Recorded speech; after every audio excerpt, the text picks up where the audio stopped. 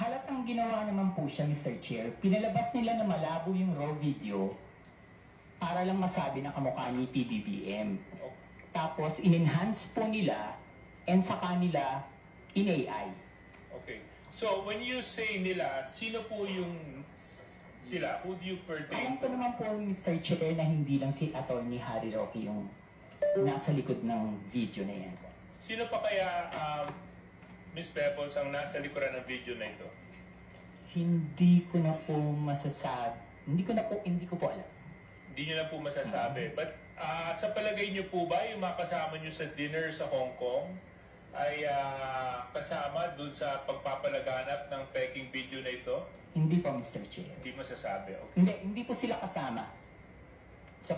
Hindi po sila kasama dun sa paggawa ng video. Okay, kaso lang kasama po sila sa pagpapalaganap at pagkalat ng video.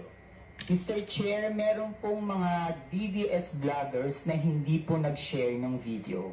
Okay. And meron din pong nag-share. Meron din po. Karamihan po na nag-share is yung mga vlogger na yung pong yung may mga YouTube, yung mga may revenue makukuha, yung mga small-time vloggers. Okay. Okay. So, kayo, did you share this video? Hindi po, screenshot. Oo. So, Miss Pebbles, Miss Pebbles. So, ano sa palagay ninyo ang dahilan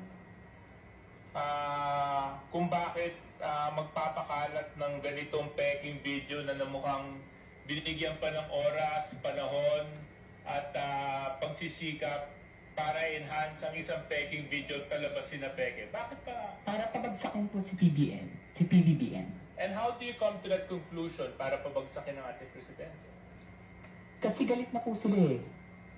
Galit na sila. Okay. So, Mr. Chairman, this is precisely the reason why we conduct hearings like this, you know. Ito halatang halata peke. But of course, upang mag-instigate ng disgust, mag-instigate ng